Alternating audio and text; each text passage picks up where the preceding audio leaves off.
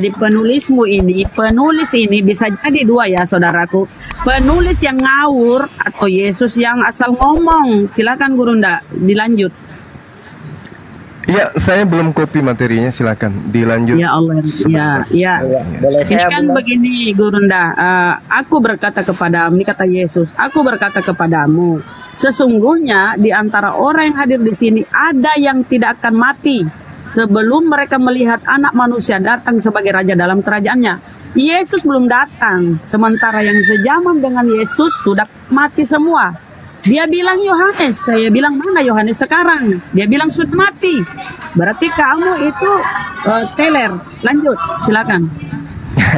Iya, jadi kalau kita berbicara mengenai daftar kesalahan atau daftar dosa Yesus itu salah satunya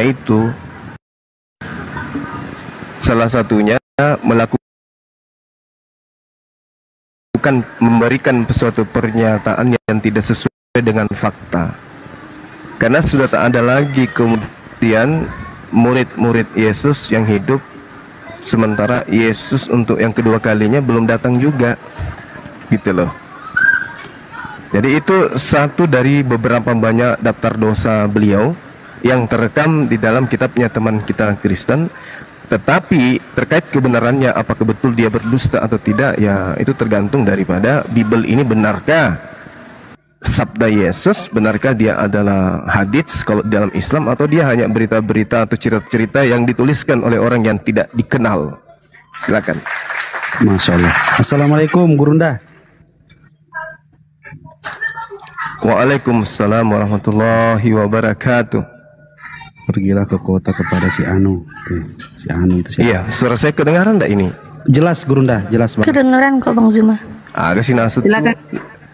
Ditanggapi Jem datang. Ditanggapi. Saya lagi baca-baca, pergilah ke kota kepada si Anu. Anu ini siapa? Enggak nih. Lanjut. Lanjut. Jem ditanggapi guru. Ya, silakan Bang. Jem jangan jadi berhala dong. Apa yang ditanggapi sih?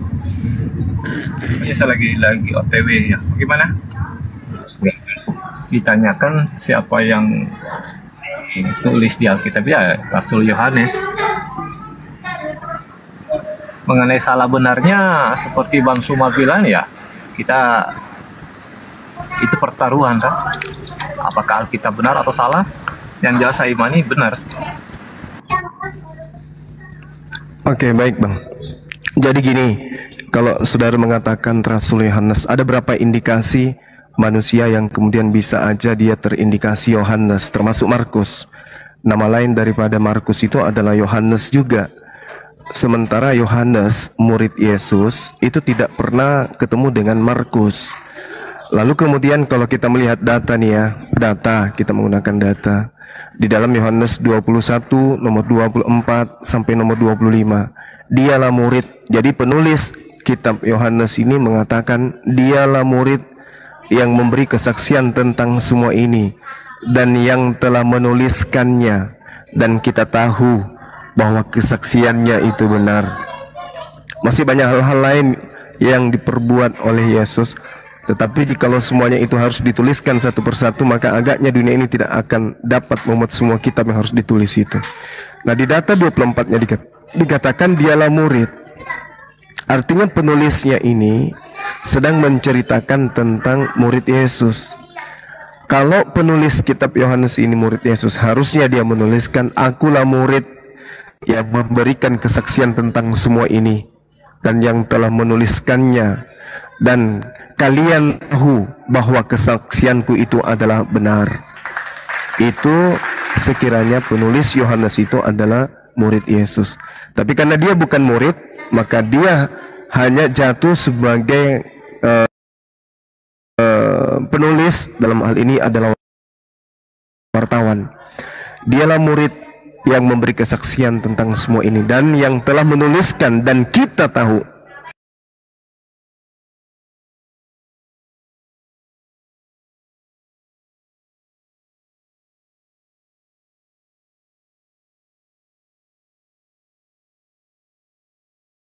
dengan Yesus alias bukan murid Yesus. Silakan.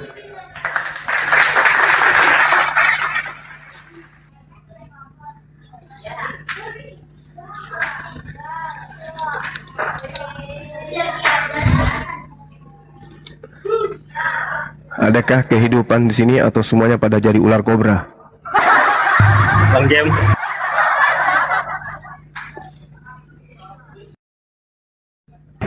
Bang Jem. Iya, sorry, ada saya kerjakan sedikit. Iya, benar. Oh, benar. Jadi kesaksian Rasul Yohanes itu ditulis di dalam kitab Wahyu dan itu sudah diverifikasi, bro. Mengenai bantahan-bantahannya dari saudara-saudara Muslim ya sah-sah saja sih. Saya tidak terlalu terpengaruh dengan itu. Hanya saya tadi meluruskan jawaban dengan Bunda, siapa yang masih hidup pada saat penggenapan tempoh ya Rasul Yohanes, seperti yang tertulis di kitab Wahyu. Selebihnya itu ya silakan menafsirkan masing-masing.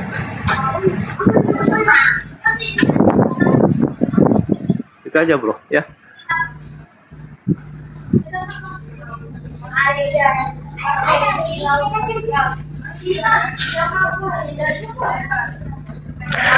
Oke, baik. Jadi terkait dengan itu pembelaan ya, pembelaan yang kemudian tidak memberikan arti apa-apa terhadap data yang kita sajikan di dalam Yohanes 21, apalagi dengan ungkapan bahwasanya penulis Yohanes itu bisa kita lihat di kitab Wahyu. Kitab Wahyu itu dituliskan berkisar tahun 90-an. Artinya berbicara 60 tahun kemudian setelah Yesus itu terangkat ke langit. Sedangkan kalau kita melihat data yang Yesus katakan kepada pengikutnya, semua firman, segala firman telah aku berikan. Jadi tahun 30-an sampai tahun 33 Yesus sudah memberikan segala firman yang harus Yesus sampaikan kepada Yohanes muridnya. Tapi Sang Yohanes justru menuliskan segala firman itu nanti di tahun 90-an ke atas. Artinya 60 tahun lamanya si Yohanes ini menghafal semua kata-kata yang Yesus sampaikan pada saat bersama dengan Yesus. Ini adalah hal yang sangat-sangat tidak irasional. Kenapa demikian? Karena Yohanes ini dikatakan di dalam Kisah Para Rasul 13 ya, bagaimana dia kemudian diceritakan di sana bahwa dia ini adalah orang idiot. Yohanes 14 ya. Nah, di situ dia disebut sebagai orang Kisah Para Rasul 14. Dia disebut sebagai orang yang idiot.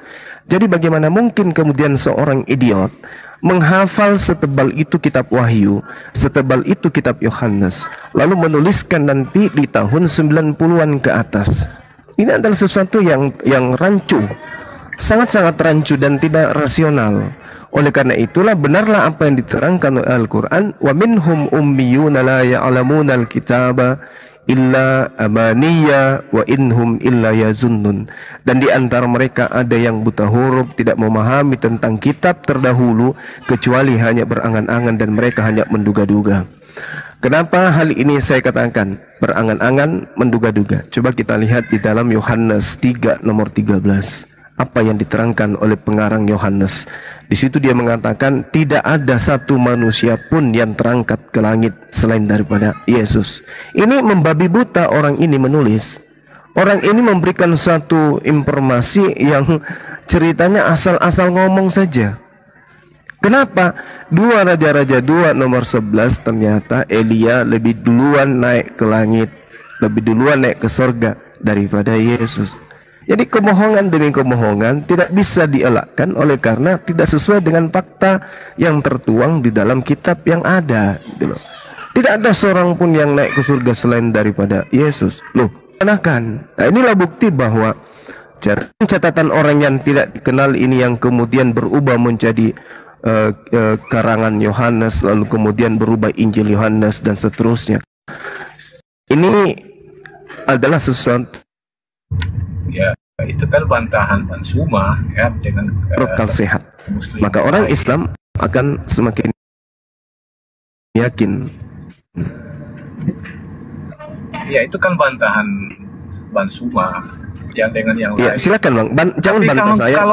Kalau penulisan Alkitab itu kan begini bro ya, Paulus dengan kitab suci itu tidak pernah dihafal lalu ditulis. Jadi apa yang didapat hikmat itu itulah yang ditulis oleh Rasul Paulus. Dan seorang rasul itu tidak boleh berbohong bro, tidak boleh menulis asal-asalan. Kalau Bapak tadi bilang Paulus menulis dengan asal-asalan, kan itu Bapak punya pandangan sendiri kan, Pan Suma. Itu bro, jadi ya kita masalah menghargai lah, jangan bernarasinya terlalu mengatakan bahwa Rasul Paulus itu atau Rasul Yohanes itu menulis bukan dengan akal, dengan hikmat, karena kitab Alkitab atau kitab suci itu ditulis dengan hikmat penuh, tidak dengan cerita-cerita dongeng bro. Iya, baik. Jadi kalau kita berbicara mengenai kitab suci, memang betul. Kitab suci itu ya wahyu Tuhan, ilham dari Allah, dari Tuhan pencipta langit dan bumi. Betul, siapapun mengimani itu, kalau itu adalah kitab yang benar-benar suci. Tapi kalau hanya dianggap kitab suci, kayak mana? Hanya anggapan saja bahwa itu kitab suci, sementara isinya tidak mencerminkan. Standar sucinya apa ini bro? Kitab suci itu standarnya di mana untuk mengukur? Standarnya ketika di sana tidak ada kesalahan. Ketika di sana tidak ada kesalahan. Nah, tidak ada karangan-karangan. Tidak ada pendapat-pendapat manusia. Kalau menurut Mensuma, saudara mengatakan bahwa ada kesalahan ya? Gimana? Menurut semuanya Mensuma, dari start awal sampai akhir, semua dari start awal, dari halaman pertama sampai halaman akhir, semuanya kesalahan. Tapi kutipan-kutipan ayat yang Bang Suma ambil dari Alkitab itu kok bisa diambil dari kesalahan bro? Ya, itu untuk menyadarkan Kristen, bukan untuk menguatkan iman saya. Itu tambah bukan sesat, untuk membenarkan Al-Quran. Kalau nggak bisa, nggak bisa, nggak bisa. Mengambil ayat kitab suci untuk mengingatkan, justru itu tambah salah, tambah keliru bro. Oh, nggak bisa. Anda mengatakan bahwa kitab Anda suci. Dengar, Anda mengatakan kitab Anda suci, ya kan? Tetapi Yesus berkata di dalam Yohanes 12:49, aku tidak berkata-kata dari diriku sendiri. Artinya Yesus tidak menambah, tidak mengurangi, tidak ngarang-ngarang cerita. Semua yang disampaikan Yesus itu adalah berpola terhadap apa yang diterima dari Tuhan. Sedangkan Paulus 2 Korintus 11 nomor 17, apa yang aku katakan, aku mengatakannya bukan sebagai orang yang berkata menurut firman Tuhan, melainkan sebagai seorang bodoh yang berkeyakinan. Ini perkataan Paulus. Jadi bukan perkataan saya. Kalau Yesusnya mengatakan aku tidak berkata-kata dari diriku sendiri, apa yang aku katakan, apa yang aku dengar, dan apa yang aku diperintahkan untuk mengatakannya. Tapi Paulus beda. Aku berkata bukan atas firman Tuhan, tetapi perkataanku adalah perkataan orang yang bodoh. 2 Korintus 11 nomor 17. Itu kesaksian Paulus untuk menyatakan dirinya. Itu bukan jadi sifatnya begini bro. Belajar Alkitab itu kan tidak serta-merta itu ada namanya pengajaran, ada namanya didikan, teguran, hukum-hukum Tuhan, itu lengkap bro. Jadi jangan satu sisi mengaitkan ke sisi yang lain. Pasti akan terjadi pertentangan. Sebagai orang Kristen juga kadang melihat begini ya, kalau kita mau copot-copot ayat seperti itu ya pasti itu bertentangan. Jangankan orang yang di luar Kristen memahami Alkitab, orang di dalam Kristen kalau mencomot seperti itu pasti hasilnya nihil bro.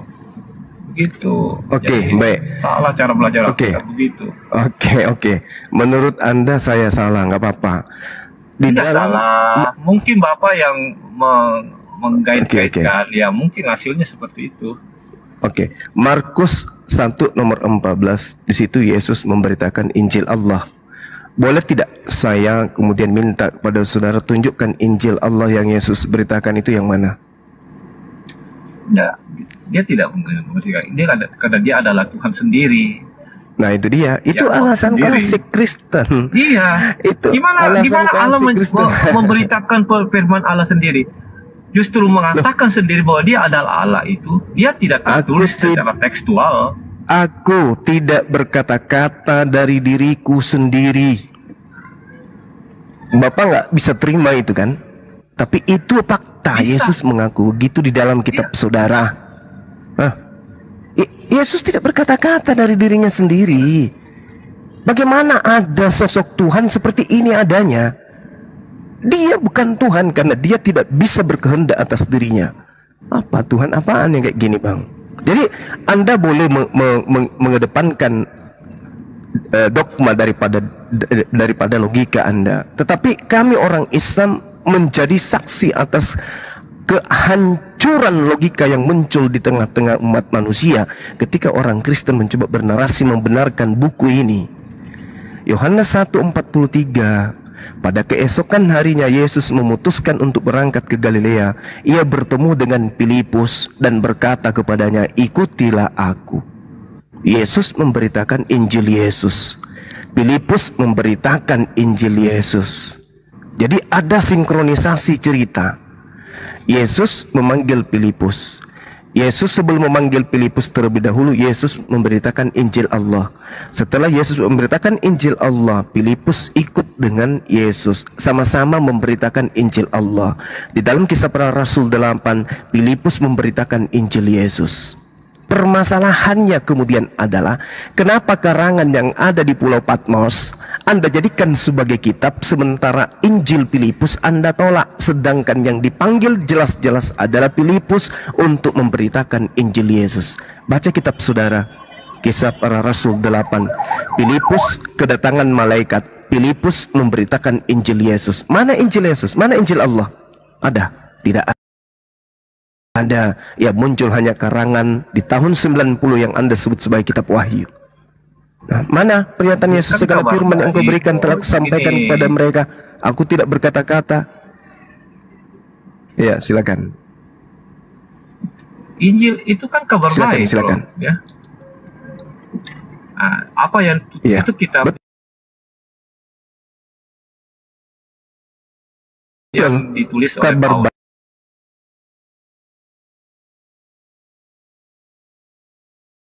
Baik, kabar baik tentang apa? Itu adalah kitab tentang kedatangan Kristus, tentang kedatangan Allah, tentang reinkarnasi penyelamatan Allah terhadap manusia. Jadi kabar baik itulah yang diberitakan. Apa reinkarnasi? Tadi saya dengar reinkarnasi. Inkarnasi seperti ini ya, Brahma, Siwa dan lainnya ya. Oke. Beda. Itu beda, Pak. Jadi jangan dimasukkan pagan masuk ke dalam kekristenan.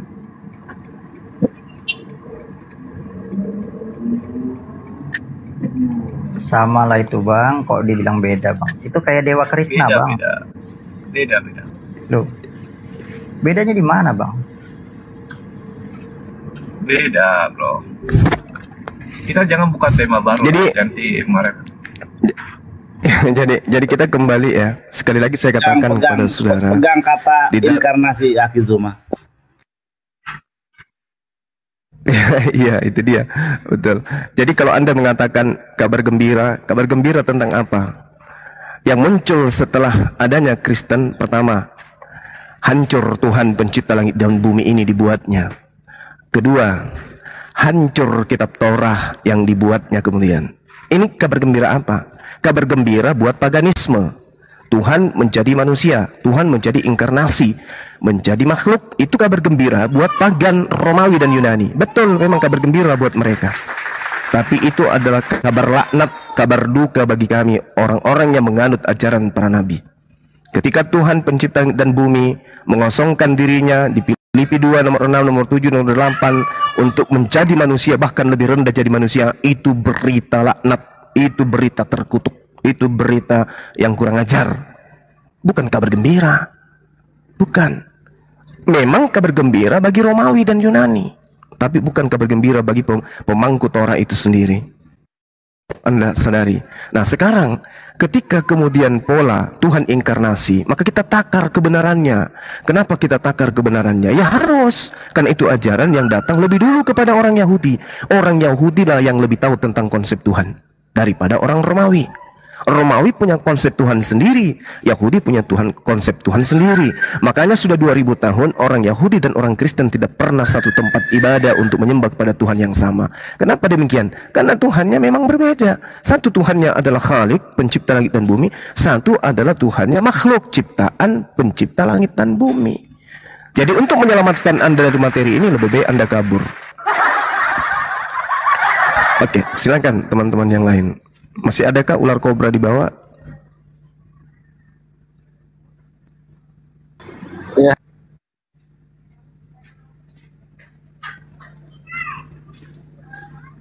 Iya, kabur.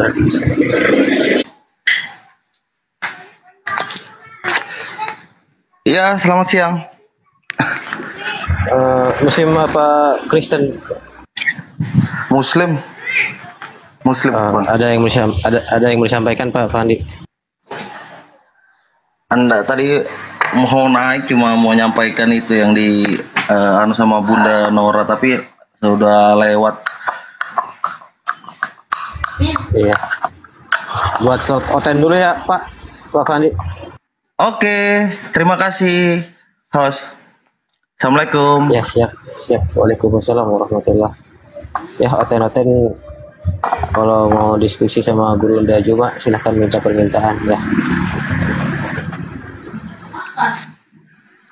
Bang host, Bang Kiki, mungkin slotnya boleh buat oten yang lain ini Bang. Saya izin turun dulu, Kanda, Bang Juma, Rasid, Bunda Rahma, Bang Hasan. Iya. Sama-sama. Waalaikumsalam. Bang Duli, ya. Assalamualaikum warahmatullahi wabarakatuh. Waalaikumsalam warahmatullahi wabarakatuh. Assalamualaikum warahmatullahi.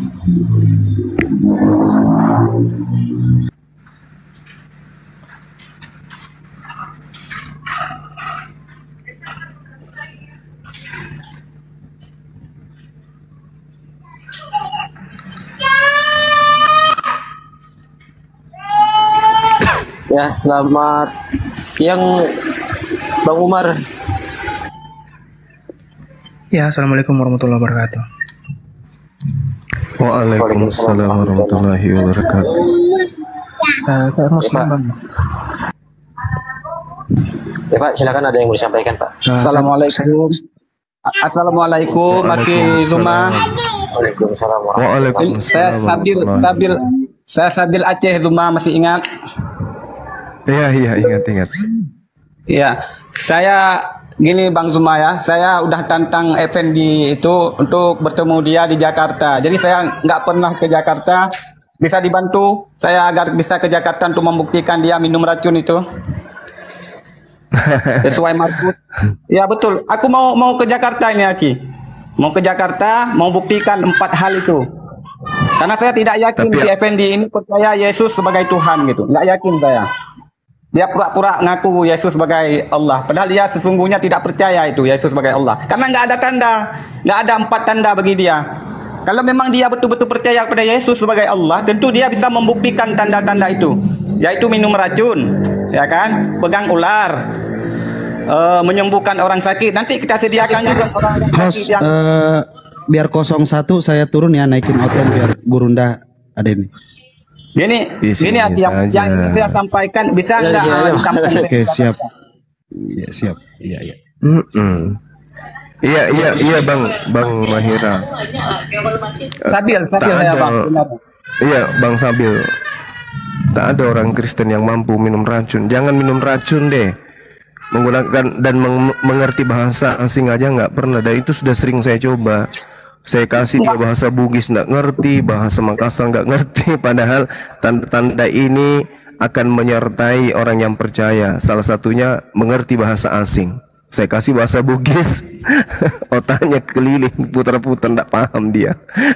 Iya Aki, makanya saya ingin buktikan Aki, ya, saya ingin buktikan kepada mereka. Selama ini kan Aki jujur ya, saya bilang ya, mereka mengirimkan sihir ke saya. Otak saya ini udah dikelilingi oleh sihir mereka di leher saya ini dia apa. Makanya kadang-kadang saya ngomongnya bertele-tele, kadang-kadang nggak nyambung, nggak cerah. Mohon dimaklumi. Ya betul Aki, saya merasakan itu Aki. Tadi saya les sama si Bom kan. Dia pakai mukanya putih macam hantu. Langsung saya merinding saya baca Allahu Akbar, saya lawan dia. Minggir jinnya. Saya bisa deteksi jinnya. Walaupun saya nggak bisa ru'yah gitu. Tapi saya tahu jika saya disihir saya tahu merasakannya gitu. Jadi mohon dimaklum ya jika saya ngomong belepotan kadang-kadang itu memang otak saya sedang dikelilingi oleh itu sihir mereka. Nanti sambil kita ru'yah juga nanti di sana sambil kita silaturahmi gitu. Iya. Boleh Kalau nggak mau aku ke Jakarta? Bertemu dengan Aki Juma, dengan saudara-saudara saya yang ada di Jakarta. iya, kalau mau adu seperti itu cocoknya dengan Lugat Tembunan. Nggak apa-apa, kita buktikan aja bang, bahwa si Pendi itu udah menerima tantangan saya, gitu. Kita buktikan benar nggak? Saya mau ke Jakarta. Dia pikir saya ini orang Aceh kaleng-kaleng gitu. Saya orangnya nekat bang, apapun saya bisa. Misalkan ada dalam hadis apa dikatakan suruh makan korma dan minum racun, saya siap membuktikan karena saya tidak ragu tentang hadis Rasulullah. Nggak ragu saya. Tapi sebelum kita buktikan, kita pahami dulu hadisnya maksud itu bagaimana yang dimaksud. Nah gitu kan, karena kita jujur saya nggak punya ilmu tentang hadis gitu. Jadi kita serahkan pengertian hadis tersebut kepada para yang ahli mengenai hadis itu. Bagaimana pengertian? Kan ada hadis yang apa makan 7 kurma lalu minum racun nggak mati. Ada itu hadisnya. Aki. Halo? Siap. Ada nggak iya bang, kita izinkan Oten ke atas bang, biar kita diskusi langsung dengan mereka, ya. Ya. Siap. Saya juga izin turun bang. Ya silakan Bang Umar, ada yang bisa sampaikan Bang Umar? Enggak ada sih bang. Cuma nyampein salam aja buat Bang Sum. Soalnya tetangga bang. Iya sama-sama orang Makassar. Makasih. Iya Bang Umar Khalid, masya Allah. Iya bang. Salam kenal juga ya. Iya bang. Makasih bang. Assalamualaikum warahmatullahi wabarakatuh. Waalaikumsalam warahmatullahi. Aki itu mah tolong follow aku ya. Nanti aku kirim nomor HP abang ya ke apa itu. Siap. Ya. Biar kita nanti telepon aja, lewat teleponan aja kita bicara selanjutnya apa kita bicarakan nanti masalah ini. Iya. Lampe masalah. Berani kali. Selamat siang. Warahmatullahi wabarakatuh. Al-Mahfiro Bang Juma. Waalaikumsalam warahmatullahi wabarakatuh. Iya, makasih banyak Bang. Boleh prolog sebentar aja Bang, 1 menit atau 2 menit Bang. Tetap semangat Bang Juma. Meski banyak hinaan, cercaan, makian, tetap semangat mensiarkan agama tauhid ini. Mudah-mudahan kami yang di bawah ini tetap mensupport, tetap berdoa supaya Abang tetap sehat walafiat, tetap bisa menyampaikan kebenaran. Amin. Nemin juga Marse. Tok masalah ada dulu. Terima kasih semuanya. Terima kasih banyak Bang Juma. Sama-sama Bang. Masalah ada sih. Iya sama-sama Bang, sama-sama. Oke Abang, makasih ya. Saya turun ya Bang. Makasih banyak, sehat terus ya Bang. Assalamualaikum warahmatullahi wabarakatuh.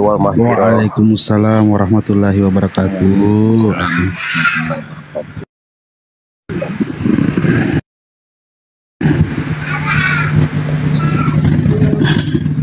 Assalamualaikum warahmatullahi wabarakatuh.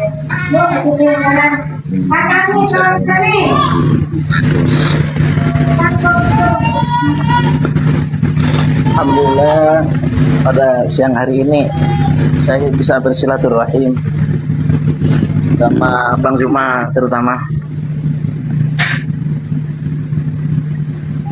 Iya, sama-sama Bang. Saya unkan dulu ya biar sampean mengenal wajah saya ya. Saya Jawa Timur Bang. Siap. Jawa Timur, asli saya Madura. Oke. Wah, mirip Ar-Rasyid, masya Allah. Bang Zuma, sesama pujuk. semoga Allah memberkahi apa yang sampean lakukan selama ini. Amin. Saya selalu berdoa Bang Zuma, teman yang lain. Ada juga Bang Nandar di sebelah sana itu selalu seperti Bang Zuma langkahnya. Ya mudah-mudahan diberkati ridho Allah. Amin. Dan kita semua umat Islam yang punya pekerjaan seperti Bang Zuma, mari kita ngaca kepada Rasulullah. Jangan pernah lelah, jangan pernah menyerah. Selagi kita dicaci maki, apalagi diapain sama orang-orang oten misalnya, jangan pernah menyerah. Kita ngaca kepada Rasulullah meskipun dia dihina, diapain. Gak pernah mundur dia. Lanjutkan dakwah kita lewat ini. Karena dakwah ini gak seharusnya kita berhadapan dengan orang, Bang. Sekarang ada medsos, ada TikTok sekarang. Yang untuk Bang Zuma ini lewat TikTok. Iya. Lewat TikTok, lewat medsos. Saya tetap mendukung kerjakan jalan sampean. Semuanya teman-teman yang selalu naik-naik di room sampean, saya kasih support. Saya baru ini bisa naik, Bang. Baru ini bisa naik. Makasih. Bismillah, semoga Allah melindungi sampean semua keluarga, diberi kesehatan. Amin. Ya Allah. Oke, saya turun. Mudah-mudahan ada Oten yang mau naik, kita diskusi. Sampai turunkan saya mau turun. Siap Pak Zaid. Alhamdulillah. Terima kasih Pak Zaid. Kesempatan. Terima kasih. Wassalamualaikum warahmatullahi taala wabarakatuh. Waalaikumsalam warahmatullahi wabarakatuh. Waalaikumsalam warahmatullahi wabarakatuh.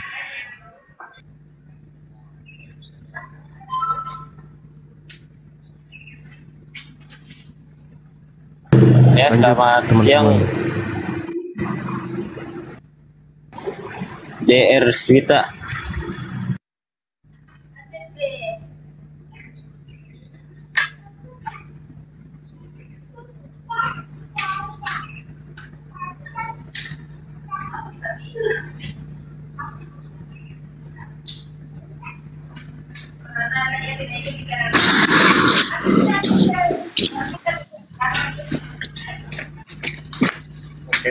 Terima kasih Pak ya.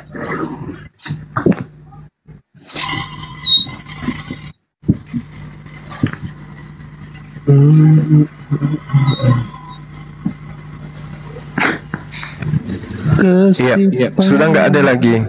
Nggak ada. 727. Mengantuk saya. Ya, lanjut.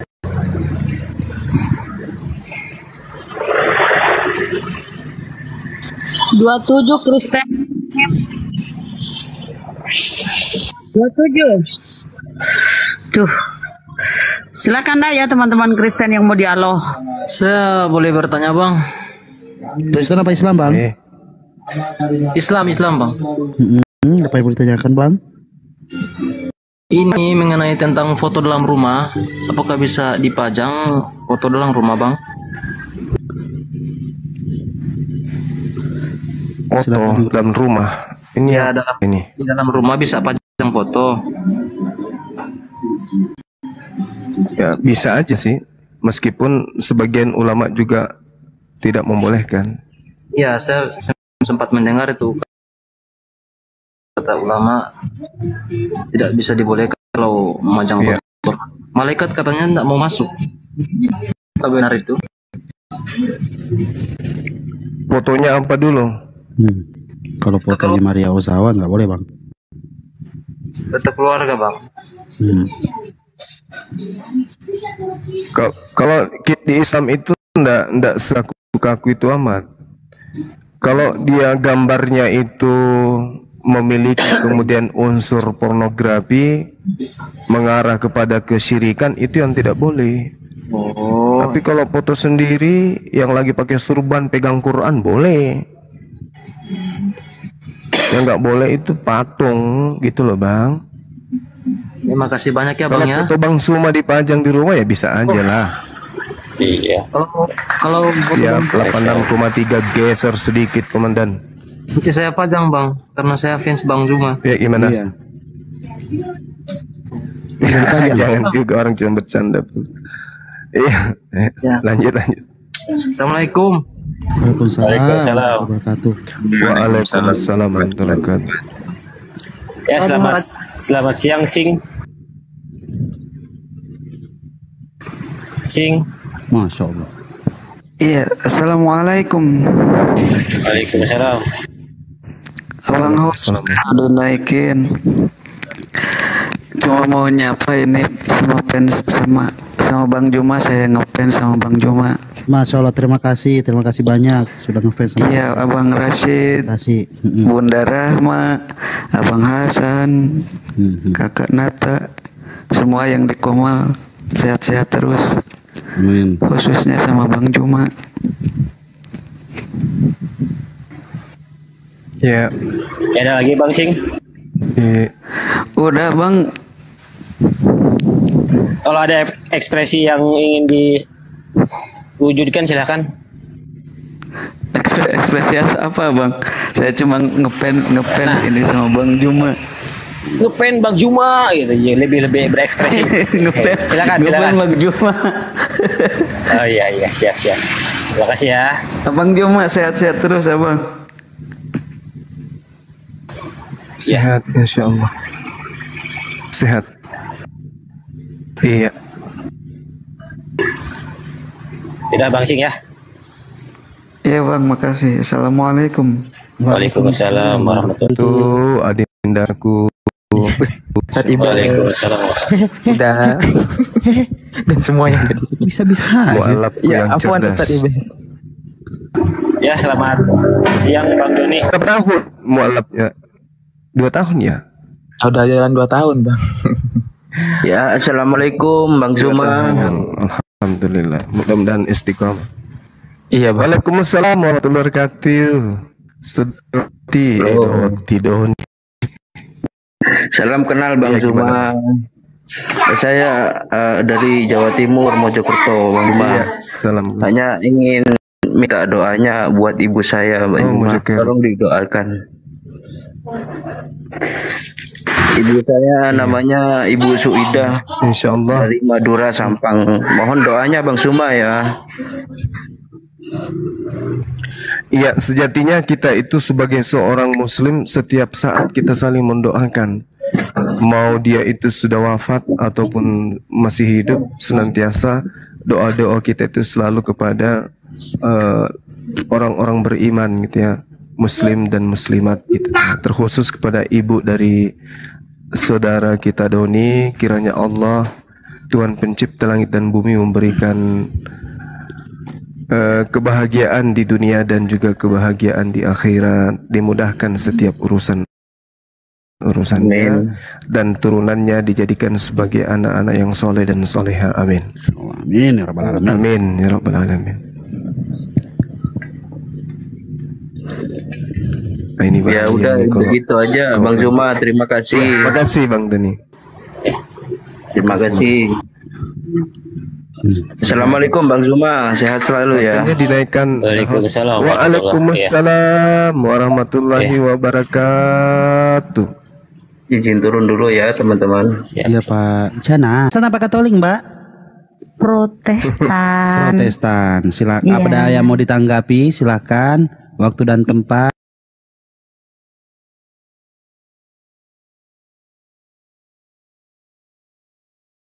Penyampaian seseorang, tapi dianya sudah turun. Dia bilang gini, di umat Islam itu ada hadis yang mengatakan, kalau hadis itu kan yang saya tahu satu wajib dilakukan, gitu kan Bang Juma. Nah tadi dia bilang begini, kalau setelah makan kurma 7 biji itu sunnah. Iya. Oh sunnah, berarti apa itu Bang? Tadi dia bilang hadis itu. Ya udah, forget it. Setelah kalau dilakukan makan dapat pahala. Kalau enggak, tadi dia bilang gini Bang, apa semuanya mendengar dengan baik-baik, tapi aku mendengar begitu. Setelah memakan 7 biji buah kurma, kemudian minum racun, nggak masalah. Benar? Ada begitu. Mungkin dia mau coba kali ya. Makanya tadi saya katakan kepada beliau. Bang Juma, maaf ya kalau aku ketawa kayak gini, sorry ya. Sekarang saya berpikir seperti ini. Jika benar demikian, saya malah justru berpikir gini loh Bang. Mungkin saja itu bisa ketika sudah berdoa, tapi jangan mencobai Tuhan Allah, begitu kan? Iya kan, beda lagi ketika seseorang minum racun tanpa diketahui, ya itu hidup. Itu yang pertama. Yang kedua, Yesus berkata, maaf nih ya kalau saya menyampaikan seperti ini ya, ini adalah ayat dari firman Tuhan yang dicatat di Alkitab. Yesus berkata, tanda-tanda orang percaya. Ya, dia bisa menghidupkan orang mati, menyembuhkan orang sakit, menginjak ular bludak dan kalajengking, kemudian minum racun dia nggak mati. Itu garansi yang dari Tuhan apabila dia sudah menjadi milik Kristus dan Kristus menjadi miliknya, karena Kristus berkata seperti ini, rohku yang ada pada kamu lebih besar kuasanya dari roh-roh yang ada di luar diri kamu, begitu. Tapi kalau kita ingin mencobai Tuhan, kata Tuhan minum racun nggak mati, terus kita minum racun, ya matilah. Karena kita sengaja, unsur sengaja, begitu. Tetapi kalau itu tidak sengaja, atau mungkin saja ketika ada suatu pressing, tekanan seperti Daniel di gua singa, itu sengaja, itu perintah dari Raja Darius, ya kan? Sampai Sadra Mesa Abednego di perapian, itu sengaja ada unsur dari pemerintah setempat. Tetapi karena mereka beriman, keempat orang itu ya selamat.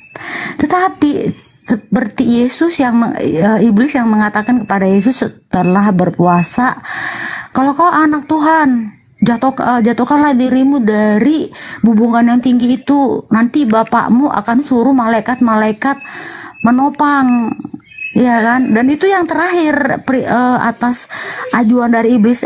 Yesus katakan, nyahlah engkau iblis.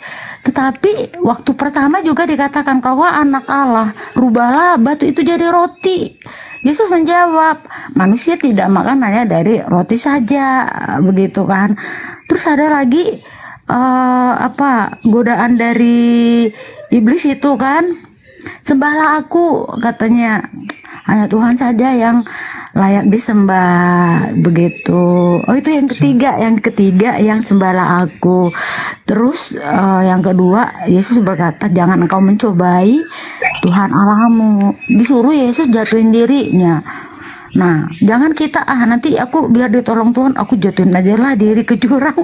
Nggak mungkin, gitu. Maka tadi aku agak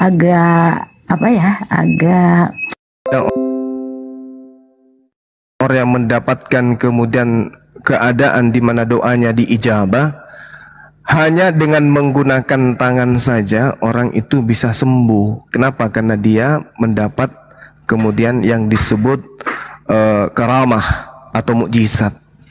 Tetapi hal ini tidak berlaku kepada setiap manusia. Nah, hikmah di balik itu semua, ternyata memang kurma ini sangat bermanfaat. Apa yang ada di dalam kandungannya, nilai nutrisi dari kurma dan seterusnya, itu memang sangat dibutuhkan oleh tubuh manusia. Ya, banyak hal yang kemudian bisa menjadi hal yang didapatkan oleh tubuh manusia dengan memanfaatkan buah kurma.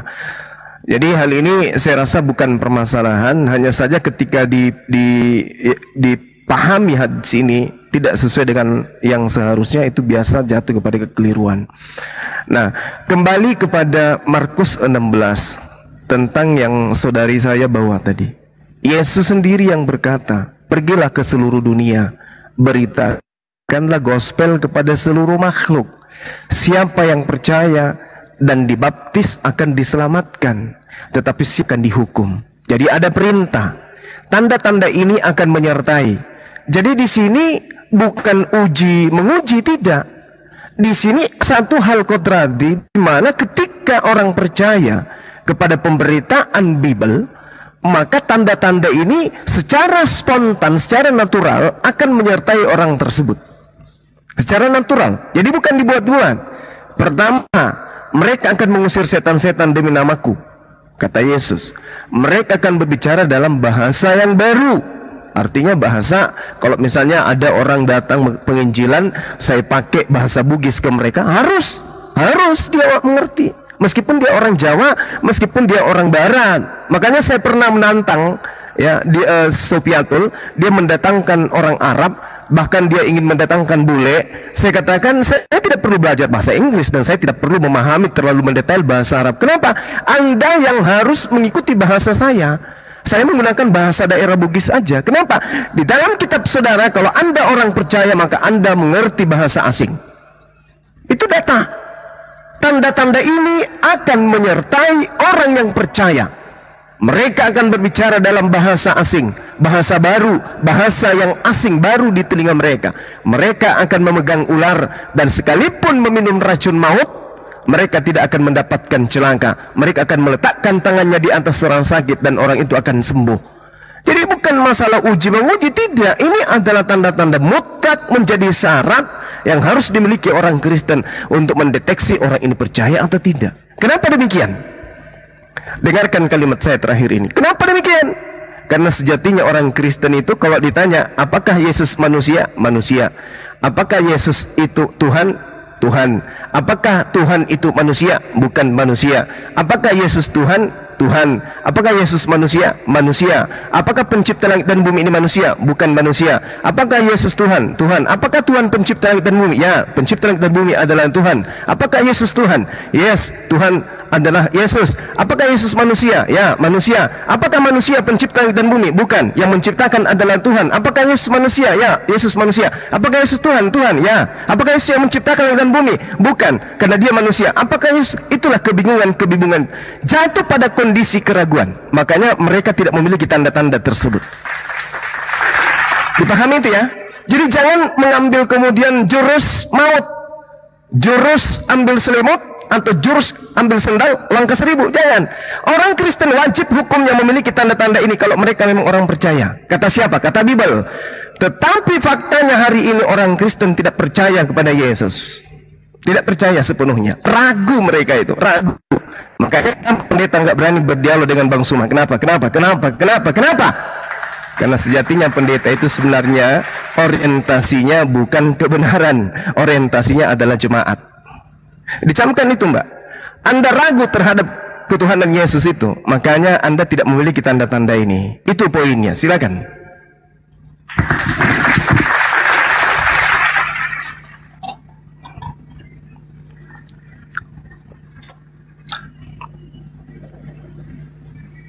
Butet. Udah bilang. Udah bilang setuju. Ya, setuju ya. Tepuk tangan dulu kalau gitu. Iya. Allahu Akbar, Masya Allah. Jadi orang Kristen itu ada juga yang sampai pada poin menyembuhkan orang sakit seperti Andi Simon. Saya melihat dengan mata kepala saya sendiri, orang dibaris kemudian dipegang seketika itu kemudian sembuh. Apakah itu betulan? Betulan. Itu kejadian, itu fakta, itu real. Real itu terjadi. Kenapa?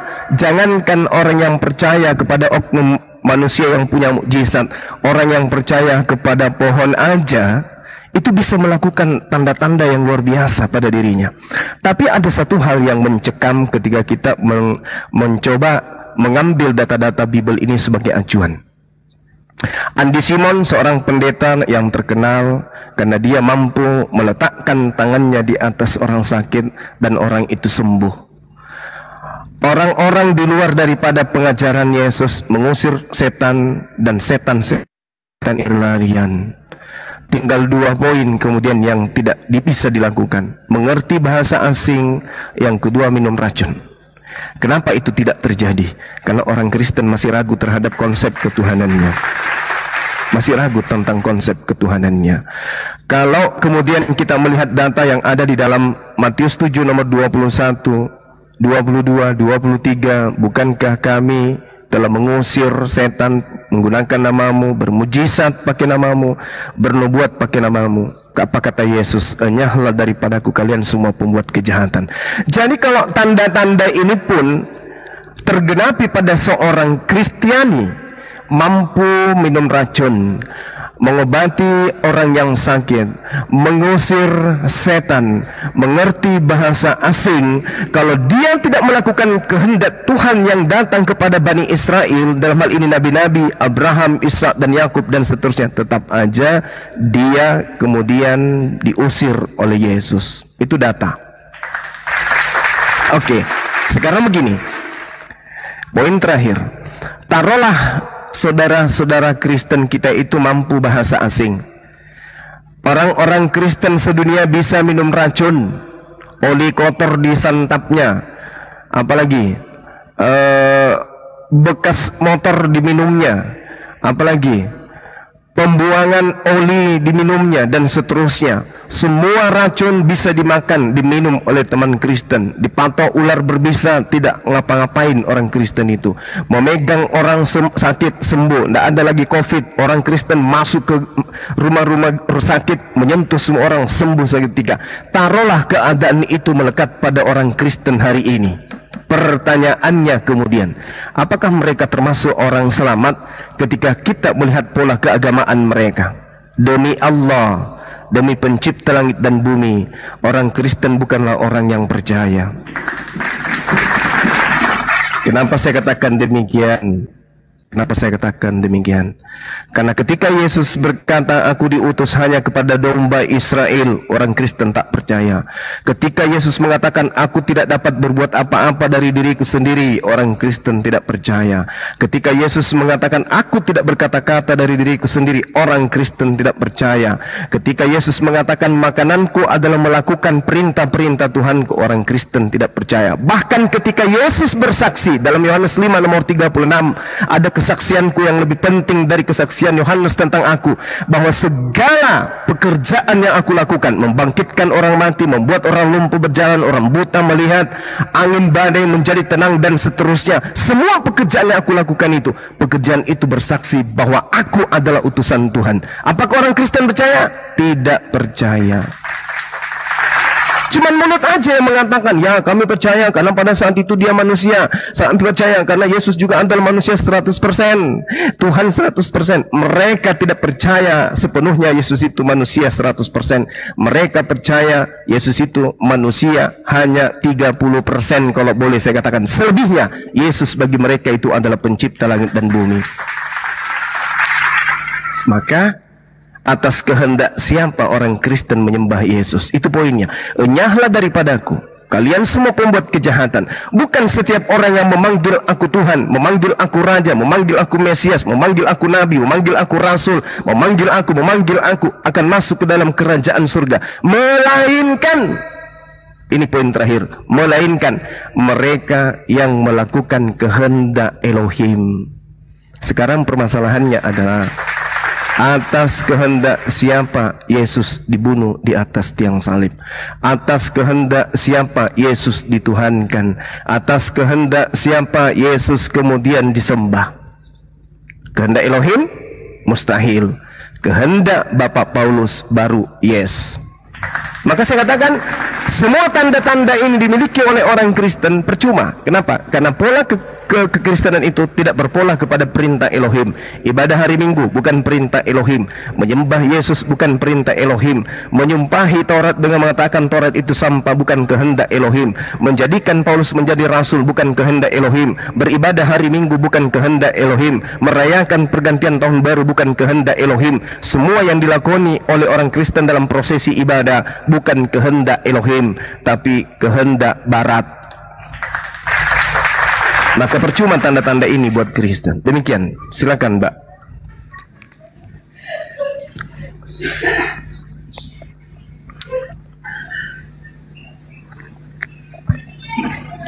Host dibuatkan kopi buat saudari kita Ted. Aduh, Bang Juma panjang lebar ngejelasin, tapi menurut saya ya Bang Juma ya, masalah hari ibadah memang tidak ditentukan, kemudian mau pergi beribadah tidak ditentukan, begitu ya. Tidak, Yesus tidak bilang harus beribadah di satu tempat, begitu ya. Kemudian tentang hari Natal, Yesus tidak bilang kecuali perjamuan kudus ketika menyambut Paskah, begitu ya. Tapi itu tidak menjadi yang paling esensi atau yang paling mendasar, tetapi yang menjadi pondasi kita itu kita hidup meneladani cara hidup Yesus dan pengajarannya, begitu. Kalau saya ya, dan saya pikir orang Kristen yang lain pun akan mengikuti pengajaran-pengajaran Yesus, begitu. Betul, apa yang Bang Juma sampaikan itu betul sekali, begitu. Kita jangan fokus pada ibadah yang tidak ditentukan lalu kita beribadah di hari Minggu, bahkan ada yang di hari Jumat, Bang, di hari Sabtu, Bang, ada yang ibadah. Saya pernah ngalamin ibadah hari Jumat di Kopassus di Serang ini, Tiberias, pernah saya alami itu, dan saya gereja di HKBP juga gitu ya, dan saya pernah di karismatik juga, Bang Juma, tapi saya tidak melihat itu, Bang, tetapi yang menjadi dasar atau pondasi iman saya itu dan kekuatan dan hikmat saya itu adalah firman Tuhan. Kekuatan kita yaitu menerima Yesus, ya, menerima Yesus, begitu, dan mengikuti semua pengajarannya dan melakukan dan menghindari segala larangan-larangannya. Baik, kalau saya berpikir hukum Taurat ke-10, hukum Taurat itu pun bukan berarti kita mengabaikan, ya. Kita tidak mengabaikan itu, tetapi dengan kita dengan kita menjadikan Yesus itu menjadi pattern atau pola atau menjadi lifestyle-nya Yesus, lifestyle-nya kita juga, kita sudah bebas dari berbagai macam sanksi-sanksi hukum, begitu, baik hukum di bumi ataupun hukum di akhirat, begitu, Bang Juma. Silakan, Bang. Oke, baik. Ada satu untayan kalimat yang menarik ya dari saudari saya ini, Mbak Ted, yang mengatakan menerima Yesus. Jadi dua kata ini kemudian kalau akan akal, meninggalkan keegoan di dalam beragama, berkeyakinan, tapi kita pakai standar akal sebagaimana pesan Yesus, kasihilah Tuhan Elohim dengan akal budi. Maka ketika ada pernyataan menerima Yesus, harusnya kita mengakui bahwa Yesus menyatakan dirinya diutus hanya kepada domba yang sesat dari Bani Israel. Itu pengakuan Yesus. Kenapa nggak diterima itu? Tetapi malah diterima pengakuan Paulusnya yang mengatakan Yesus selain untuk orang selain untuk orang Yahudi, Yesus juga untuk orang Roma. Kenapa itu yang diterima? Kenapa nggak percaya Yesusnya saja? Ketika Yesus kemudian mengatakan dirinya diutus untuk mengajarkan hukum Taurat kepada Bani Israel yang sesat, ya, yang sesat, bukan untuk semua Bani Israel, tapi yang sesat dari Bani Israel, kenapa nggak diimani itu selayaknya kami umat Islam? Kami umat Islam beriman akan datangnya orang benar, orang soleh yang kami sebut Nabi kepada Bani Israel, yang mengajarkan Bani Israel kembali kepada hukum Tuhan yang pernah datang kepada Bani Israel, yang pernah datang melalui Nabi Musa alaihissalam dan nabi-nabi yang ada di tengah-tengah mereka. Kenapa nggak ke sana? Kenapa harus menyeleweng kemudian ke ajaran Paulus yang mengatakan bahwa Yesus itu untuk Yunani juga? Padahal Yesus sendiri mengaku hanya untuk Bani Israel. Kenapa harus berpindah ke Yunani? Siapa yang menambahkan pengajaran tersebut? Itu yang pertama. Kemudian yang kedua, ketika kita melihat data di dalam Matius 15 nomor 7 dan seterusnya, hai orang-orang munafik, ada panggilan kemudian dari Yesus. Hai orang-orang munafik, benarlah nubuat Yesaya tentang kamu Bangsa ini memuliakan aku dengan bibirnya, padahal hatinya jauh daripada aku. Percuma mereka beribadah, percuma mereka menghormat, percuma mereka tunduk kepada aku, sedangkan ajaran yang mereka ajarkan adalah perintah manusia. Nah, ini kenanya kepada siapa? Teman-teman kita ibadah hari Minggu, itu perintah siapa? Perintah siapa itu? Makan babi itu perintah siapa? Menghalalkan segala yang diharamkan terkait dengan makanan itu perintah siapa? Efesus 2 nomor 15, dengan matinya Yesus di atas tiang salib, Yesus telah membatalkan hukum Taurat beserta semua perintah yang ada di dalamnya. Itu perintah siapa? Itu perintah manusia. Kalau saja orang Kristen ini menerima Yesus, artinya menerima ajarannya. Dan kalau orang Kristen menerima ajaran Yesus, maka yang muncul kemudian bukan Kristen, tapi yang muncul adalah praktisi Torah. Kenapa praktisi Torah, Mbak Ted? Karena Yesus sendiri di dalam Galatia 4 nomor 4 diberitakan oleh Paulus bahwa Yesus tunduk takluk sampai mati di dalam hukum Taurat. Nah, sementara Yesus mengatakan di dalam Yohanes 14, Yohanes 12, di situ rangkaiannya adalah barang siapa yang percaya kepadaku, kata Yesus, maka dia juga akan melakukan pekerjaan-pekerjaan yang aku lakukan. Kalau Yesus praktisi Torah, dia penganut Torah, dia pelaku Taurat, maka sejatinya pengikutnya yang percaya kepadanya juga adalah pelaku Torah. Di dalam Yohanes 10 nomor 27 apa yang dikatakan oleh Yesus? Aku mengenal pengikutku, pengikutku mengenal aku, mereka mendengarkan aku dan mengikuti aku. Kalau aku sunat, pengikutku harus ikut. Dia sunat. Kalau aku sabat, pengikutku harus ikut sabat. Nah, itu dia. Makanya saya katakan bahwa meskipun orang Kristen memiliki tanda-tanda yang tadi dalam Markus 16, itu percuma saja, tetap aja diusir. Kenapa? Karena Kristen adalah sebuah agama, sebuah sekte yang tidak melakukan kehendak Elohim. Demikian.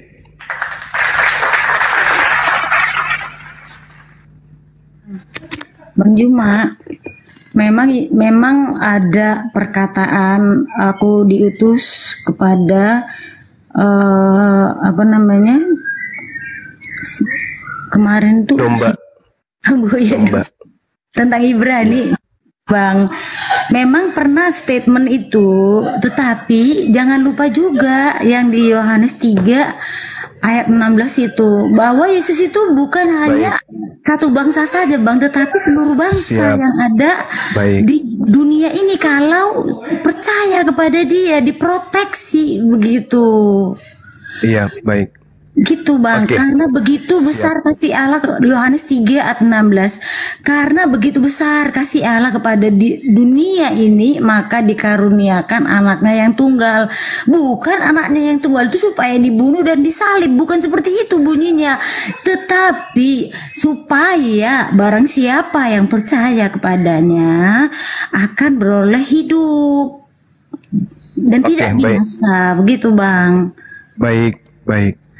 Jadi seharusnya kalau kita jadikan Yohanes 3:16 ini sebagai acuan tumpuan kebenaran, harusnya Kristen itu ditutup, gereja semua tutup aja. Gak perlu lagi gereja, gak perlu lagi ada Kristen, apapun sektenya gak perlu. Kenapa? Karena di sini sudah sangat jelas dikatakan, begitu besar kasih Allah akan dunia ini sehingga Dia menganugerahkan anaknya yang tunggal supaya setiap orang yang percaya kepadanya tidak binasa melainkan beroleh hidup yang kekal. Permasalahannya sekarang adalah orang berbondong-bondong ke gereja bukan karena percaya kepada Yesus, tapi percaya kepada bapak-bapak gereja. Apa pembuktiannya? Yesus disembah. Ini dulu poinnya. Ini poin tertinggi. Orang ke gereja tujuannya apa? Menyembah Yesus. Apakah ada perintah Yesus mengajarkan dirinya untuk disembah? Tak ada. Sementara Tuhan mengatakan, Yesus mengatakan, supaya setiap orang yang percaya kepadanya tidak binasa. Nah, percayalah kepada Yesus kalau Dia diutus hanya kepada domba yang hilang. Percaya percaya, selayaknya kami umat Islam percaya bahwa ada nabi yang datang kepada Bani Israel mengajarkan orang-orang Israel yang sesat untuk kembali kepada hukum Musa. Kami percaya itu. Kenapa orang Kristen tidak percaya? Kalau orang Kristen percaya kepada Yesus terhadap anak di sini adalah orang yang saleh. Anak di sini adalah orang yang taat beriman. Anak di sini bukan anak seperti layaknya saya dengan anak saya, bukan. Anak di sini dalam perspektif Yudaism, anak di sini adalah orang yang saleh, orang yang intim, orang yang akrab dengan didikan Tuhan. Laksana Tuhan pencipta langit dan bumi itu adalah ayah. Mereka yang mentaati perintah-perintah Elohim itu disebut anak. Jadi karena begitu besar kasih Allah akan dunia ini sehingga ia mengaruniakan hambanya yang tunggal supaya setiap orang yang percaya kepadanya tidak binasa melainkan beroleh hidup yang kekal. Jadi kalau mau hidup yang kekal, tutup gereja. Percayalah kepada Yesus bahwa dia hanya diutus kepada Bani Israel yang mengajarkan satu hukum jelas, yaitu hukum taat kepada perintah-perintah Tuhan. Bukan taat kepada perintah Paulus. Bukan. Nah, jadi kalau dikatakan percaya kepada Yesus memperoleh hidup yang kekal, maka muaranya adalah hukum-hukum Taurat, bukan hukum perjanjian baru, bukan hukum Roma, Filipi, Kiliki, Pararang dan seterusnya, bukan. Tetapi hanya menempuh perjalanan di mana manusia tunduk dan berserah diri kepada hukum Musa. Demikian. Iya, baik. Saya tanggapi ya Bang, tadi Abang bilang nggak perlu ada gereja begitu ya. Siap. Kata agama, kita berangkat dari kata agama ya. Agama. Pasti setiap agama ada pelopornya, ada pemimpinnya, ada komunitasnya, ada organisasinya, ada wadahnya. Ya, ada 5 yang penting. Baik. Jadi orang Kristen itu yang dikatakan pengikut Kristus, ya, Yesus adalah kepala gereja. Gereja itu bisa diartikan bangunannya, tetapi kita ini juga bisa dikatakan gereja, atau pada zaman perjanjian Allah kita ini dikatakan bait Allah, dan Yesus pun mengatakan dirinya waktu itu bait Allah. Sehingga dia mengatakan, rubuhkan bait suci ini dalam 3 hari aku bangun. Disitulah orang-orang Saduki dan orang-orang Farisi pada waktu itu nggak nyaman dengar itu. Ngebangunnya lama, kok Yesus bilang pula langsung 3 hari dibangun. Nah, itulah salah satu yang mereka anggap yang tidak berkenan lah buat orang itu. Nah, kembali kepada gereja. Biasanya ini kan udah zaman modern Bang. Pada zaman mula-mula itu kan mereka di bawah tanah begitu ya, atau membuat kelompok-kelompok kecil. Nah, semakin berkembangnya zaman dan bertambahnya populasi dunia, tentu mereka ingin dong bertemu, berkumpul, yang sevisi, yang semisi, yang sehati sepikir. Iya kan? Dan dibangunlah gereja. Itu saya pikir dasarnya dari awal itu seperti itu Bang. Dan membutuhkan satu tempat atau wadah untuk mereka bisa curhat-curhatan, sharing, berdoa bersama dan lain sebagainya. Oke. Baik. Boleh saya tanggapi ya Bu ya? Mbak ya? Mbak Ted yang baik hati. Jadi gini Mbak. Siap. Jadi gini. Saya menghargai, yang saya maksud di sini kalau percaya kepada Yesus, adanya rumah ibadah bernama gereja ini kan bukan berpola kepada kepercayaan terhadap kesaksian Yesus terhadap dirinya. Ada yang noise. Tetapi gereja ini adalah adanya tempat perkumpulan karena percaya kepada pemberitaan-pemberitaan bapak-bapak gereja tentang keselamatan, tentang kehidupan, tentang ketuhanan. Yang saya maksud, kalau percaya kepada Yesus, maka tidak perlu bangun gereja. Kenapa? Karena Yesus itu tidak sembahan dia, sementara gereja itu tempatnya menyembah kepada Yesus.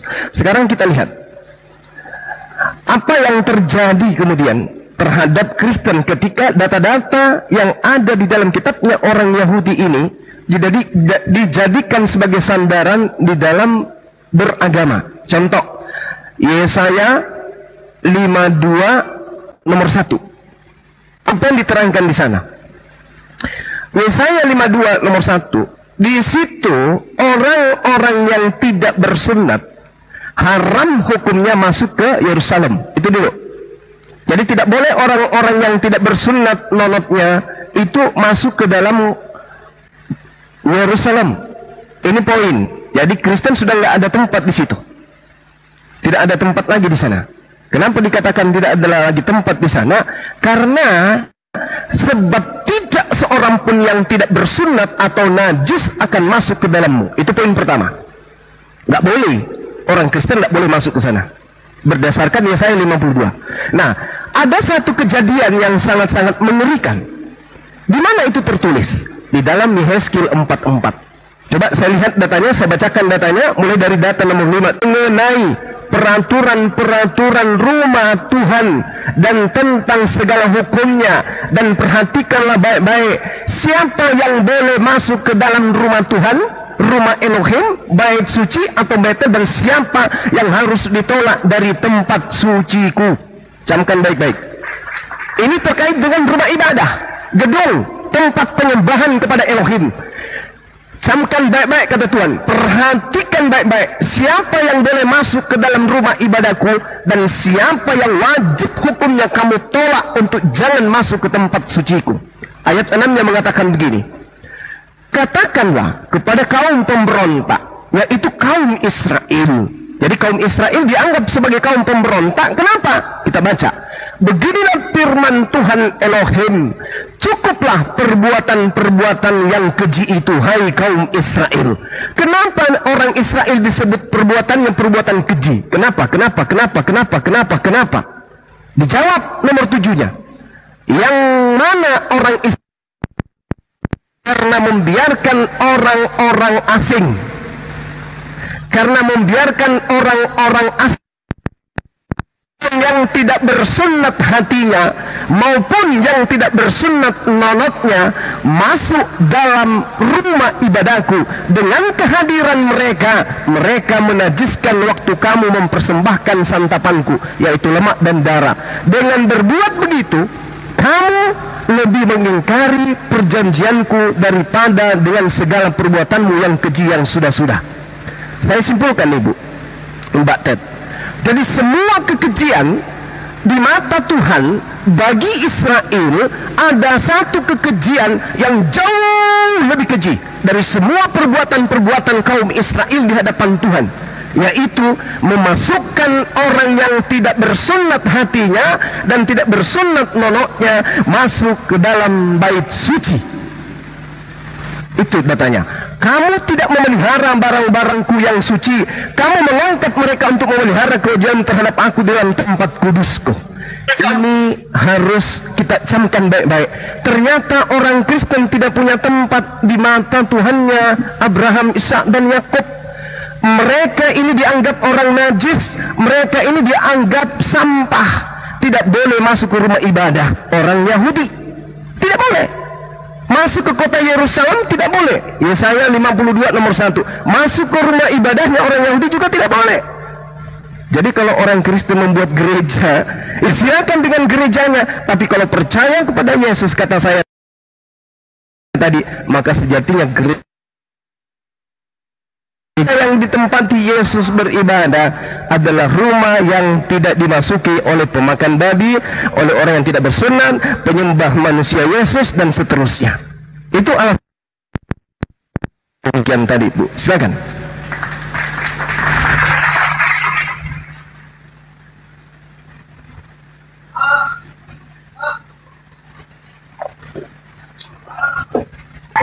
Butet. Mic-nya ke-mute, Bu. Ke-mute. Iya, maaf ya. Tadi kan Bang Juma udah sampai silakan, Bu. Masuk mau ke bait Allah itu ada ketentuan lah ya, ada kriteria orang yang tidak bersunat, kelamin orang yang tidak bersunat hatinya begitu, atau orang najis, kalau perempuan dia sedang haid pun tidak bisa begitu ya, itu kan aturan Musa ya. aturan Musa yang membuat itu, ya. Dan pada masa itu begitu, apakah itu masih relevan setelah ada Yesus?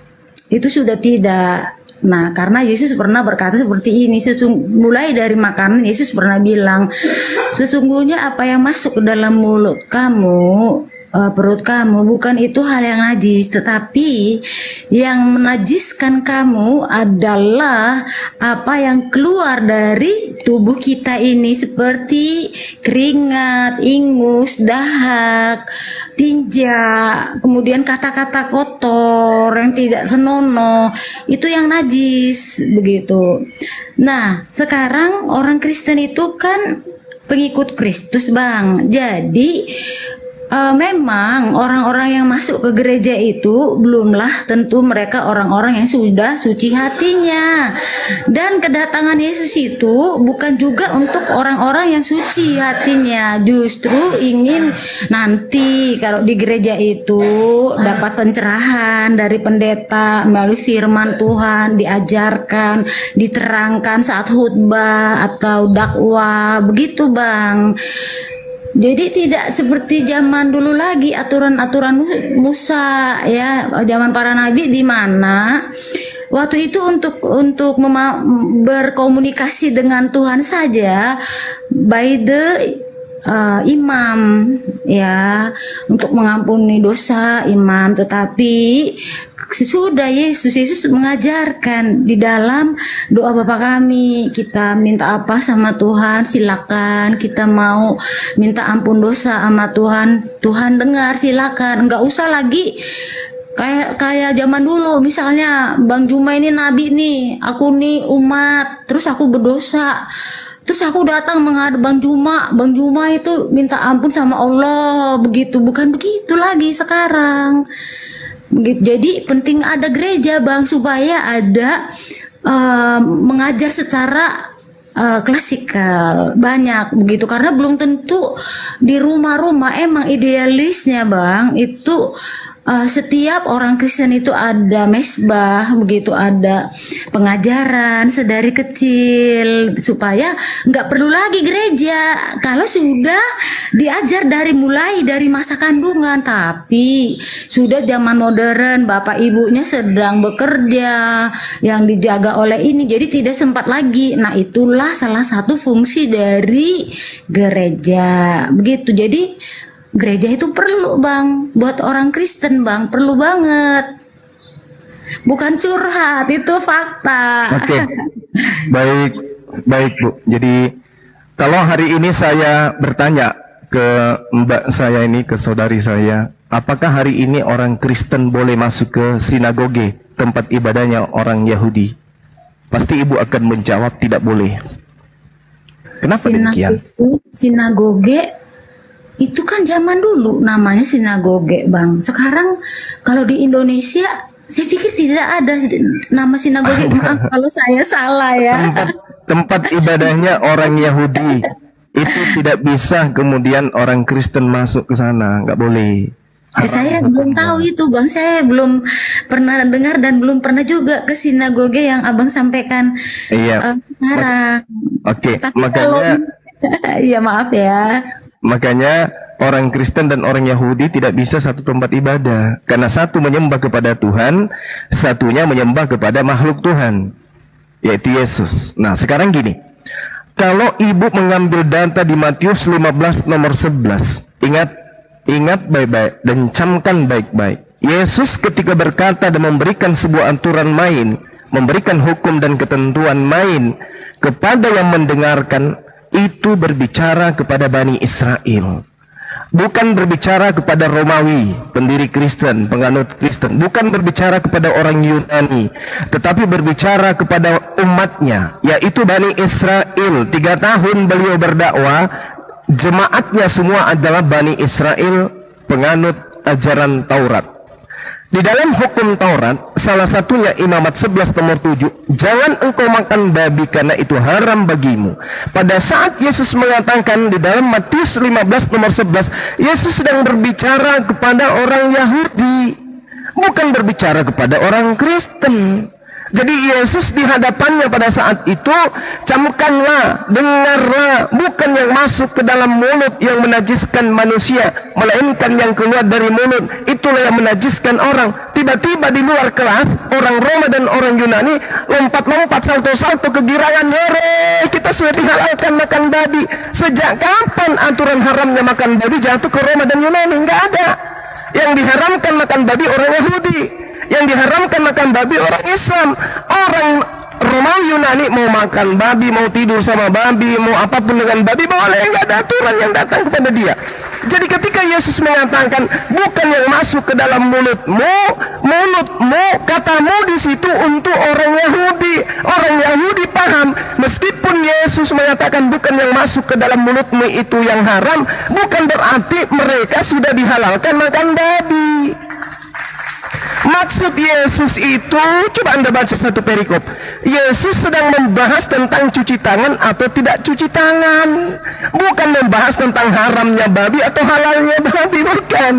Jadi kalau orang Kristen hari ini makan babi, itu bukan karena Yesus menghalalkan babi, bukan, tetapi karena adanya kesalahpahaman terhadap data Matius 15 ini. Padahal Yesus sedang berbicara, sama seperti saya nih, orang Islam. Dikatakan jangan engkau makan anjing, jangan engkau makan babi. Oke, saya tidak makan babi karena itu haram di dalam kitab suci saya. Tiba-tiba Rasulullah mengatakan bukan yang masuk ke dalam mulutmu itu menajiskan, tetapi apa yang keluar dari mulutmu itulah yang haram, yang menajiskan. Oh, lalu saya mengatakan, hore, hari ini kita sudah bisa makan babi. Karena Rasulullah mengatakan itu tidak. Yang haram tetap haram. Yang masuk ke dalam mulut maksudnya teguran orang-orang yang ada pada saat itu. Kenapa muridmu makan tanpa cuci tangan? Yang dimakan babi atau bukan? Sudah pasti bukan. Yang dimakan anjing atau bukan? Sudah pasti bukan. Yang dimakan belut, cumi, merpati, kelinci atau bukan? Bukan. Kenapa? Karena orang Yahudi mustahil makan makanan yang sudah diharamkan. Kenapa dia dikatakan bukan yang masuk di mulutmu itu yang haram? Karena pada saat itu mereka makan mengambat saja, tidak cuci tangan. Bukan berarti babi boleh dimakan. Ini kesalahan. Tapi itu nggak apa-apa, karena Kristen dan Yahudi kan memang berbeda. Diibaratkan Yesus berbicara kepada orang Yahudi, wahai Bani Israel, bukanlah yang masuk di mulutmu itu yang halal, yang haram, tapi yang keluar dari mulutmu itulah yang haram. Bukan yang masuk yang najis, tapi yang keluar. Pada saat itu orang-orang Yahudi mendengarkan itu, bukan mereka berpikir bahwa babi sekarang sudah halal oleh Yesus, bukan. Tetapi orang Romawi, orang Yunani yang hidup bersamaan dengan Yesus, yang memang makanannya babi, anjing, monyet, pararang dan seterusnya, dikait-kaitkan dengan haramnya babi ini. Itu jelas. Jadi ibu mencoba untuk menghalalkan babi, padahal babi itu, bu, babi, sekali lagi saya katakan, babi tidak pernah haram untuk Roma, untuk Yunani. Anjing tidak pernah haram, tidak pernah haram untuk Roma dan Yunani. Jadi percuma mengambil data Matius 15 nomor 11, percuma, karena memang tidak pernah diharamkan oleh Tuhan kepada Romawi dan Yunani. Ini hanya tipu muslihat untuk kemudian menyesatkan manusia agar membolehkan makan babi, padahal babi itu adalah diharamkan ketika orang itu mengaku sebagai pengikut para nabi. Demikian.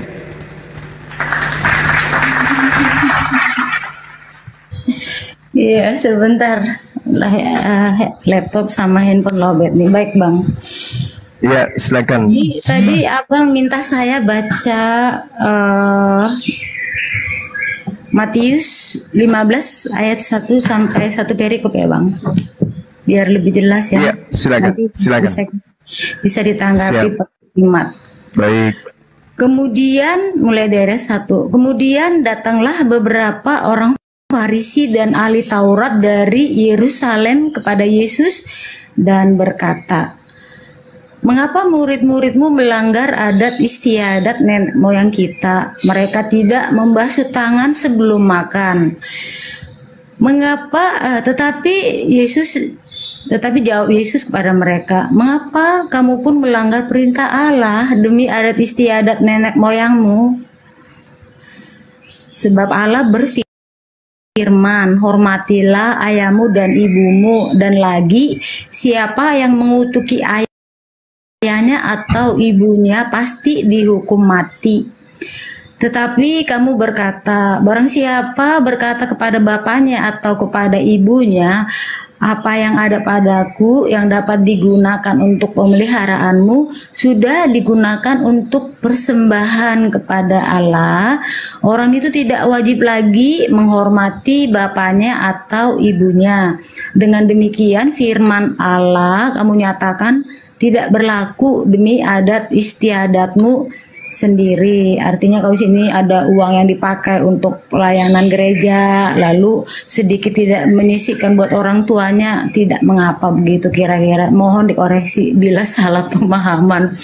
Hai orang-orang munafik, benarlah nubuat Yesaya tentang kamu. Bangsa ini memuliakan aku dengan bibirnya, padahal hatinya jauh daripadaku. Percuma mereka beribadah kepadaku, sedangkan ajaran yang mereka ajarkan ialah perintah manusia. Ini perintah manusia, terlalu banyak aturan yang bukan dari Tuhan, begitu. Lalu Yesus memanggil orang banyak dan berkata kepada mereka, nah ini tadi ya, dengar dan camkanlah, bukan yang masuk ke dalam mulut yang menajiskan orang, melainkan yang keluar dari mulut, itulah yang menajiskan orang. Maka datanglah murid-muridnya dan bertanya kepadanya, engkau tahu bahwa perkataanmu itu telah menjadi batu sandungan bagi orang-orang Farisi. Jawab Yesus, setiap tanaman yang tidak ditanam oleh Bapakku yang di sorga akan dicabut dengan akar-akarnya.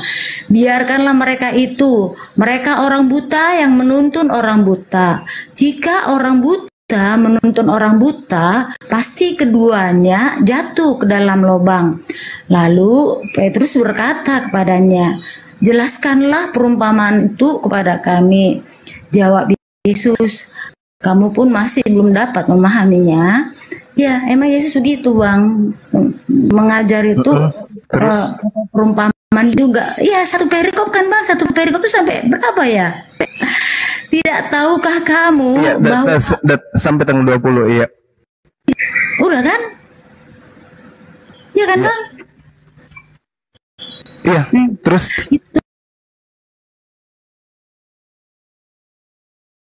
itulah saya boleh tanggapi ya. Oke, saya lanjut tadi itu ya. Tidak tahukah kamu bahwa segala sesuatu yang masuk ke dalam mulut turun ke dalam perut, lalu dibuang di jamban.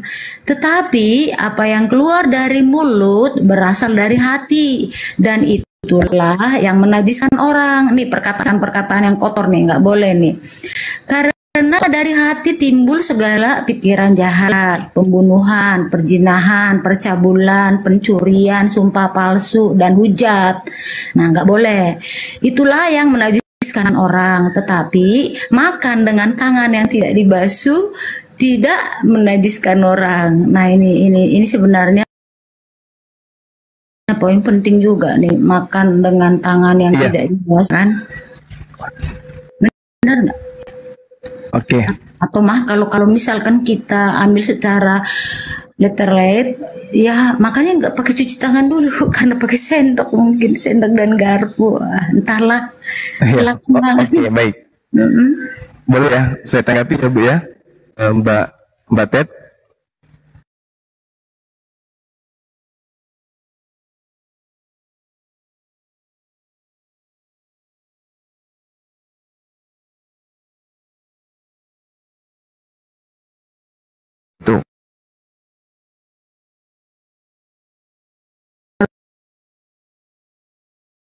Peneguran orang-orang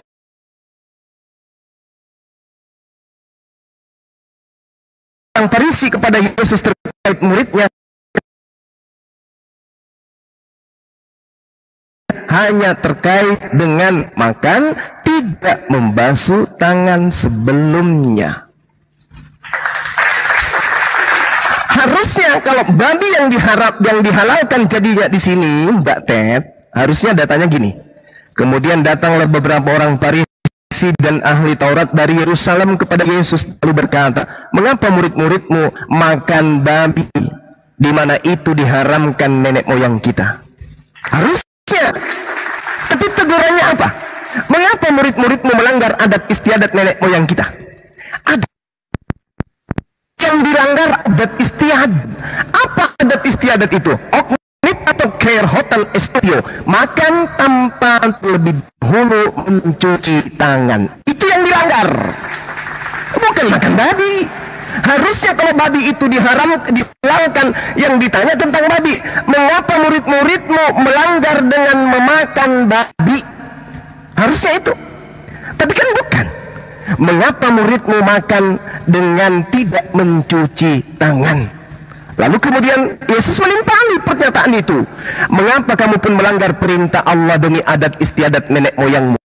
Sebab Allah berfirman, hormatilah ayahmu dan ibumu. Dan lagi, siapa yang mengutuki ayahnya dan itulah ibunya pasti dihukum mati. Tetapi kamu berkata, barang siapa berkata kepada bapaknya atau ibunya, apa yang ada padaku yang digunakan untuk pemeliharaanmu sudah digunakan untuk persembahan kepada Allah. Orang itu tidak wajib lagi menghormati bapaknya dan ibunya. Dengan demikian firman Allah kamu nyatakan tidak berlaku demi adat istiadatmu sendiri.